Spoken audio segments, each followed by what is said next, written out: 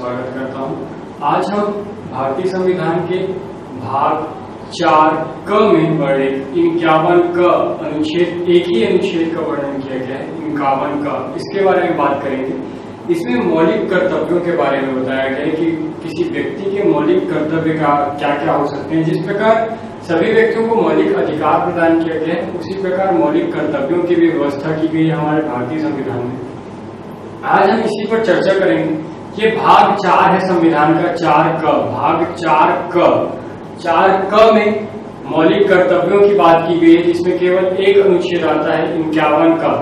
ये भारतीय जो संविधान है उसके जो मूल संविधान था उसमें ये व्यवस्था नहीं थी, मौलिक कर्तव्य नहीं लिया गया, इसे बाद में जोड़ा गया है। ठीक है, इसे बाद में भारतीय संविधान में शामिल किया गया है।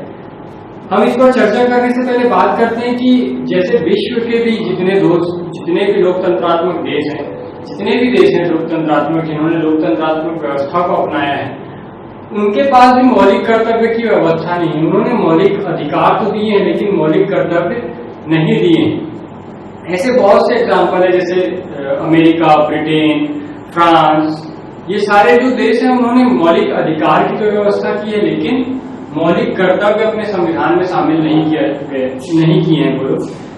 लेकिन एक ऐसा देश है रूस, सोवियत संघ के नाम से जिसे जानते हैं, जिसने अपने संविधान में मौलिक कर्तव्यों की व्यवस्था की है। भारत ने भी अपने मौलिक कर्तव्यों को वहीं से ग्रहण किया है, रूस के संविधान से प्रेरित होकर हमने अपने संविधान में भी मौलिक कर्तव्य की व्यवस्था की है। इस प्रकार जो हमारा मौलिक कर्तव्य है वो रूस की देन है या फिर रूस से प्रेरित है, ऐसा हम कह सकते हैं। यह रूस के संविधान से दिया गया है। मूल संविधान में इसकी व्यवस्था नहीं थी। इसकी व्यवस्था करने का कारण यह है कि यदि हम केवल किसी व्यक्ति को मौलिक कर्तव्य दे दें, उसे सिर्फ कर्तव्य से अवगत कराएं, उसे अधिकार ना दें, तो जो अधिकार उसको नहीं दिए गए हैं, सिर्फ कर्तव्य की बात की गई है, तो वो निरर्थक होगा, कोई मतलब नहीं होगा उसका। वो उतने मन से कार्य नहीं करेगा, उन कर्तव्यों का पालन नहीं करेगा। उसी प्रकार यदि किसी व्यक्ति को केवल मौलिक अधिकार दे दिए जाए तो हो सकता है कि वो निरंकुश हो जाए। इसलिए आवश्यक था कि भारतीय संविधान में मौलिक कर्तव्यों की व्यवस्था की जाए। इसे ध्यान में रखते हुए सरदार स्वर्ण सिंह समिति का गठन किया गया और 42वां संविधान संशोधन 1976 किया गया। 42वां संविधान संशोधन 1976, यह इंदिरा गांधी का कार्यकाल था जब इंदिरा गांधी प्रधानमंत्री थी। उस समय आवश्यक संशोधन के लिए, ऐसे संशोधन पर विचार करने के लिए जो आवश्यक हो, सरदार स्वर्ण सिंह समिति का गठन किया गया और उनकी अनुशंसा पर, उनके द्वारा बताए जाने पर हमारे संविधान में इसकी व्यवस्था की गई, मौलिक कर्तव्यों को स्थान दिया गया। ये संशोधन किया गया था 42वां संविधान संशोधन 1946।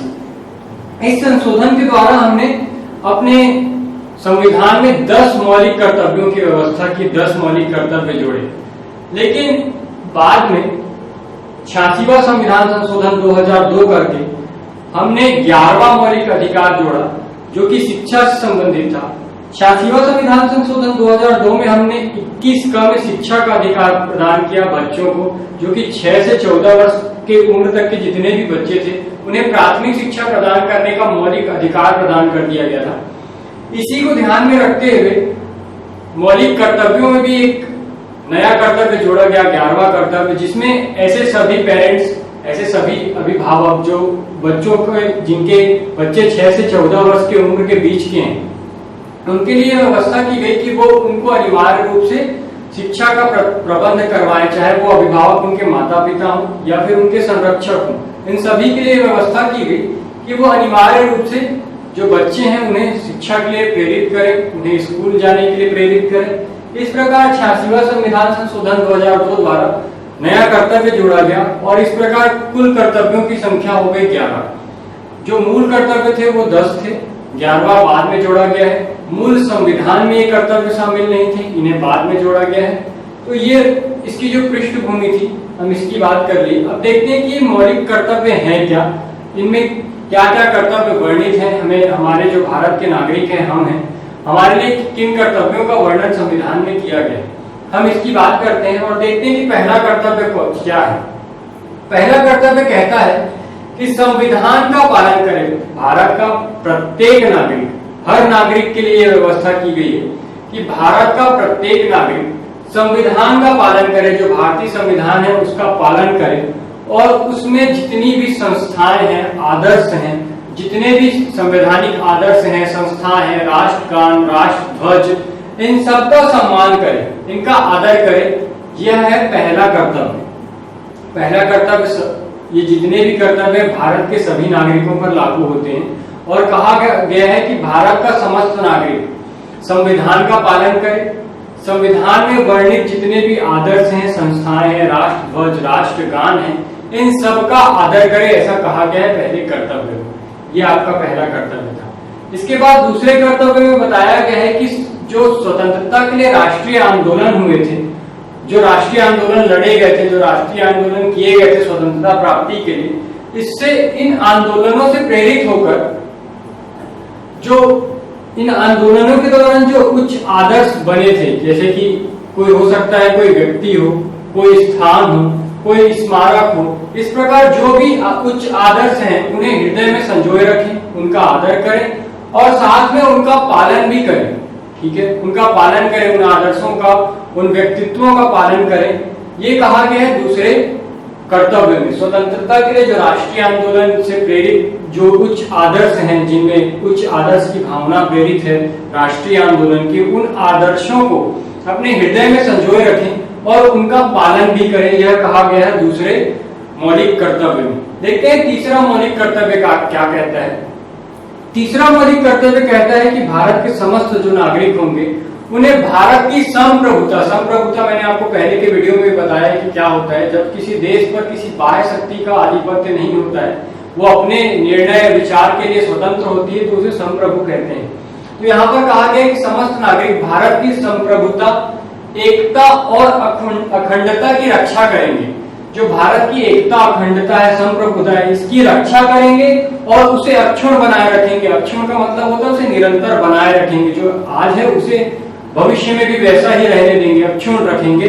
ये कहा गया है तीसरे मौलिक कर्तव्य में। कहा गया है भारत के संप्रभुता, एकता और अखंडता को बनाए रखेंगे, इसे अक्षुण्ण बनाए रखेंगे और इसकी रक्षा करेंगे। ये कहा गया है भारत के तीसरे मौलिक कर्तव्य में। अब हम बात करते हैं चौथे मौलिक कर्तव्य की। चौथा मौलिक कर्तव्य क्या है, तो देखते हैं कि इसमें लिखा गया है कि देश की रक्षा करेंगे। जो भारत देश है, यदि उसमें कभी संकट की स्थिति पैदा हो जाती है तो हम जो भारत के समस्त नागरिक हैं वो हमारे देश की रक्षा करेंगे। और आह्वान किए जाने पर, आह्वान से तात्पर्य बुलाए जाने पर, यदि देश के जो संविधान है हमें बुलाता है, देश की जो जनता है उनकी, उसको हमारी जरूरत पड़ती है, इस देश को हमारी जरूरत पड़ती है, तो आह्वान किए जाने पर तत्परता से राष्ट्र सेवा के लिए तत्पर रहेंगे, हम तत्परता से सेवा करेंगे। यह कहा गया है चौथे मौलिक कर्तव्य में। इसके बाद हम बात करते हैं पांचवें मौलिक कर्तव्य की। पांचवें मौलिक कर्तव्य को थोड़ा समझिएगा। इसमें कहा गया है कि भारत के सभी लोग समरसता, समरसता मतलब होता है हार्मनी, हार्मनी तथा समान भ्रातृत्व की भावना का निर्माण करेंगे। भारत के सभी लोग जो है समरसता, समरसता से तात्पर्य सबको समान समझना, एक दूसरे में भेदभाव ना करना, नागरिक नागरिक में भेदभाव ना करना, धर्म, जाति, लिंग आधार, किसी भी आधार पर उनमें जो समरसता बनाए रखेंगे, समानता बनाए रखेंगे, यह कहा गया है। तथा समान भ्रातृत्व की भावना, समान भ्रातृत्व की भावना का निर्माण करें, मतलब सबसे भाईचारे की भावना रखेंगे। भ्रातृत्व का तात्पर्य है कि भाईचारे की भावना, एक दूसरे को भाई भाई समझेंगे, ये भावना का निर्माण करेंगे। जो धर्म, भाषा, प्रदेश या वर्ण वर्ग पर आधारित सभी भेदभावों से परे होगा। समझिएगा, जो धर्म, भाषा, प्रदेश, वर्ग, इन सभी भावनाओं से परे होगा, यानी कि किसी को भी धर्म, भाषा, प्रदेश या वर्ग के आधार पर उसमें विभेद नहीं किया जाएगा। इन सभी भेदभावों से वो परे होगा और ऐसी प्रथाओं का भी त्याग कर दिया जाएगा जो स्त्रियों के सम्मान के विरुद्ध है। यदि ऐसी कोई प्रथा समाज में प्रचलित है जो स्त्रियों का सम्मान करने से वंचित करती है, स्त्रियों का सम्मान रोकती है, तो इन सभी जो प्रथाएं हैं उनका त्याग किया जाएगा, उनके विरुद्ध ऐसी कोई भी प्रथा नहीं लाई जाएगी, ऐसा कहा गया है पांचवें मौलिक कर्तव्य में।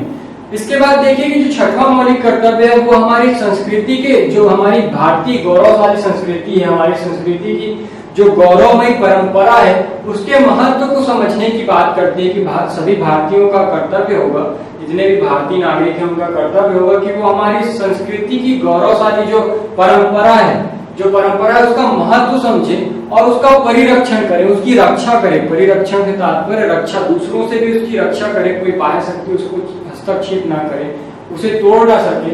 इसलिए उस गौरवमयी परंपरा को बनाए रखें, यह कहा गया छठवें मौलिक कर्तव्य में। इसके बाद देखते हैं हम सातवां मौलिक कर्तव्य। जो सातवां मौलिक कर्तव्य है वो हमारे प्रकृति से संबंधित है और इसमें कहा गया है कि भारत के सभी नागरिकों का कर्तव्य होगा कि प्रकृति पर्यावरण जिसके अंतर्गत वन, झील, नदी, वन जीव, जितने भी प्राकृतिक प्रदेश हैं या जीव हैं, जो वन है, नदी है, तालाब है, मतलब जितनी भी प्राकृतिक चीजें हैं इनकी रक्षा करेंगे पहली बात, और दूसरा उसका संवर्धन करेंगे। उसकी रक्षा तो करेंगे, साथ में उसको बढ़ावा भी देंगे, जैसे पेड़ लगाना, ये सब जितनी भी प्राकृतिक चीजें, कचरा ना फैलाना, ये सारी चीजें यह भी करेंगे। और प्राणी मात्र जो पशु होंगे या जो मानव भी होगा सभी के प्रति दया भाव रखेंगे। सभी प्राणी मात्र जो भी जिसमें भी जीव होता है, जो प्राणी होते हैं, सभी के लिए दया का भाव रखेंगे, ऐसा कहा गया है सातवें जो हमारे मौलिक कर्तव्य है उसमें कहा गया है। इसके बाद देखते हैं आठवां मौलिक कर्तव्य। आठवां मौलिक कर्तव्य वैज्ञानिक दृष्टिकोण की बात करता है। यह कहता है कि भारत के समस्त नागरिकों को वैज्ञानिक दृष्टिकोण, मानवतावाद, ज्ञानार्जन तथा सुधार की भावना का विकास करना होगा। सुधार की भावना का विकास करना होगा। वैज्ञानिक दृष्टिकोण से तात्पर्य है कि सभी चीज का विश्लेषण करना। जब कोई वैज्ञानिक किसी चीज को देखता है तो वो उसका विश्लेषण करता है, उसके बारे में पहले जांच परख करता है, यही है वैज्ञानिक दृष्टिकोण। मानवतावाद से तात्पर्य सबको मानव समझना, किसी में विभेद न करना, धर्म, जाति इसके आधार पर कि वो कम है या हम ज्यादा हैं। सबको मानवता की भावना से देखना, सबको मानव समझना, ये है मानवतावाद। ज्ञानार्जन तथा सुधार की भावना का विकास, मतलब ज्ञान प्राप्त करना और उससे सुधार की भावना का विकास करना, इसकी बात कही गई है आठवें मौलिक कर्तव्य में। ये था आठवां मौलिक कर्तव्य। इसके बाद देखते हैं नौवां मौलिक कर्तव्य। नवंबर जो मौलिक कर्तव्य है वो बोलता है कि सार्वजनिक संपत्ति की सुरक्षा करें तथा हिंसा से दूर रहें। जितने भी भारत के नागरिक हैं और उन्हें जो भी सरकारी संपत्ति, जो सार्वजनिक संपत्ति दी गई है, जो सरकार की संपत्ति है, जो सभी के उपयोग के लिए है, उसकी रक्षा करनी है। और साथ में जो कोई भी हिंसक प्रणाली हो रही है, कोई भी हिंसक घटना हो रही है तो उससे दूरी बनाए रखनी है, यह कहा गया है नौवें मौलिक कर्तव्य। इसके बाद हम देखते हैं कि 10वां जो हमारा मौलिक कर्तव्य है वो कहता है कि व्यक्तिगत या सामूहिक गतिविधि, हो सकता है आप किसी गतिविधि में व्यक्तिगत तौर पे भाग ले रहे हो या सामूहिक तौर पे भाग ले रहे हो, तो दोनों ही तरीके से व्यक्तिगत या सामूहिक गतिविधियों के सभी क्षेत्रों में उत्कर्ष की ओर बढ़ने का निरंतर प्रयास करें। आप लगातार आगे बढ़ें, चाहे वो गतिविधि सामूहिक हो या फिर व्यक्तिगत हो। और यदि आप ऐसा करेंगे तो राष्ट्र की जो राष्ट्र है वो भी निरंतर प्रगति करेगा, लगातार वो भी प्रगति करेगा और विभिन्न उपलब्धियों की नई ऊंचाइयों को छुएगा। यदि कोई व्यक्ति किसी गतिविधि में भाग लेता है या कोई समूह किसी गतिविधि में भाग लेता है और जब वो उत्कर्ष की ओर बढ़ता है तो पूरा राष्ट्र उत्कर्ष की ओर बढ़ता है और नई ऊंचाइयों को छूता है।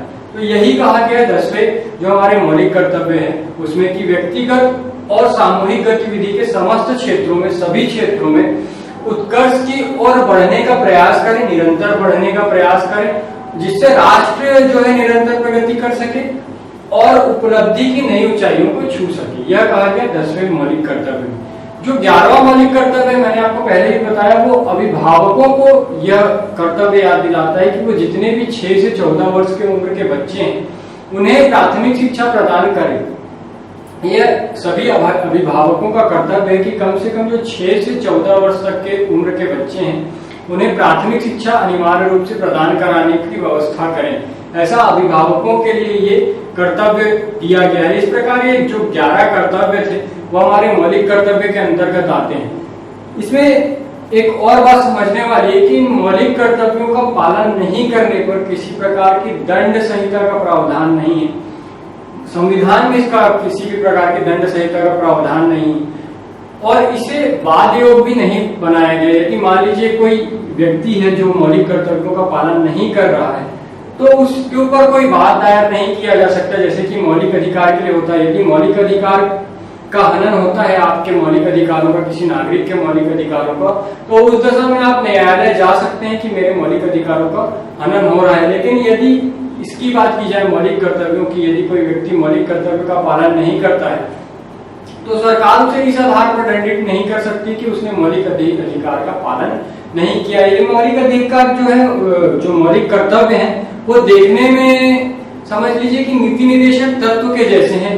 जैसे कि सरकार यदि नीति निर्देशक तत्वों का अनुपालन नहीं करती है तो उसके खिलाफ हम कोर्ट में नहीं जा सकते हैं, वो केवल आदर्श हैं। उसी प्रकार ये मौलिक कर्तव्य भी केवल आदर्श मात्र ही रखे गए हैं, लेकिन इनका जो इन्हें मानना आवश्यक है, इसके लिए ऐसी व्यवस्था संविधान में तो नहीं की गई है, लेकिन कानून जो दंड संहिता है भारत की, उसमें विभिन्न व्यवस्थाएं की गई है। जैसे कि राष्ट्रध्वज का सम्मान, राष्ट्रगीत का सम्मान न करने पर उन्हें दंडित किया जा सकता है।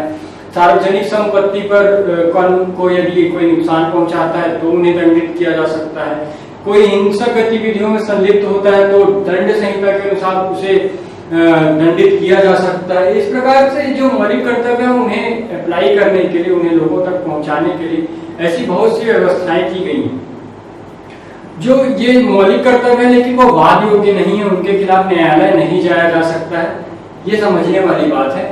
और ये जो मौलिक कर्तव्य है इसकी प्रासंगिकता के लिए एक वर्मा समिति गठित की गई थी, जिसने 1999 में अपनी रिपोर्ट प्रस्तुत की और इसे लोगों तक पहुंचाने के लिए उसने कुछ आवश्यक सुझाव दिए जो आज के दौर में हमें देखने को मिलते हैं, वर्तमान में हमें काफी देखने को मिलते हैं। उन्होंने ये सिफारिश की कि 3 जनवरी को मौलिक कर्तव्य दिवस के रूप में मनाया जाए। 3 जनवरी मौलिक कर्तव्य दिवस के रूप में मनाया जाए। इसके अलावा जितने भी पाठ्य पुस्तक, जो पाठ्यक्रम होते हैं, उनमें इन मौलिक कर्तव्यों की व्यवस्था की जाए, उन पाठ्य पुस्तकों में इसे छापा जाए ताकि लोग इससे अवगत हो सके। इसके अलावा जो मीडिया है, जो कि संचार का एक बहुत अच्छा माध्यम है, वहां पर इन मौलिक कर्तव्यों के बारे में जानकारी दी जाए। इस प्रकार ये जो वर्मा समिति थी उसने सिफारिश की कि इन मौलिक कर्तव्यों को लोगों तक पहुंचाया जाए ताकि वो इसके बारे में जाने, इसे समझें, ताकि जो भारत की एकता और अखंडता है और जो भारत को उत्कर्ष की ओर ले जाने की बात की गई है वो उन तक पहुंचे और हमारा भारत जो देश है वो एक विश्व शक्ति बनकर उभरे। इसलिए इस मौलिक कर्तव्य की व्यवस्था की गई है और इसका पालन किया जाना आवश्यक है। यदि आपको मेरा ये वीडियो पसंद आया तो इसे लाइक करें, शेयर करें और हमारे चैनल को सब्सक्राइब करना ना भूलें। यदि आपको इसमें कोई भी समस्या है, कोई भी दिक्कत है तो हमारे कमेंट बॉक्स में आप बता सकते हैं, इसलिए आप कमेंट जरूर करें। Subscribe our YouTube channel and press the bell icon to never miss an update from CGPSC eGyan. Visit our website visualcard.com to get complete videos.